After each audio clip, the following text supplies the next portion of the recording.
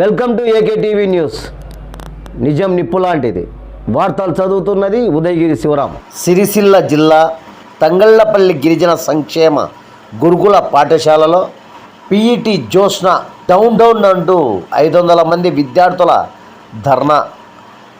గురుకుల పాఠశాలలో బాలికల విద్యార్థులను వేధిస్తున్న పీఈటీ జోష్న నెలవారీ సమయంలో బాత్రూముకు వెళ్ళిన విద్యార్థులతో అనుచితంగా ప్రవర్తిస్తున్నారు అని, బాత్రూమ్ తలుపులు పగలగొట్టి లోపలికి వెళ్ళి తమను మొబైల్ ఫోన్లో వీడియోలను తీయడంతో పాటు కొడుతున్నారని విద్యార్థుల ఆరోపణ.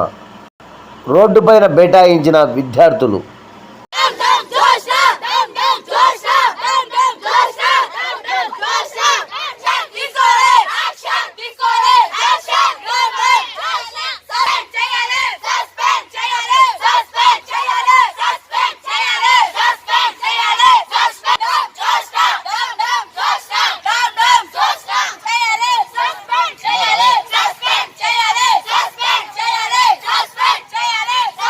ఇలాంటి వార్తల కోసం చూస్తూనే ఉండండి మీ ఏకే టీవీ న్యూస్. నిజం నిప్పు లాంటిది.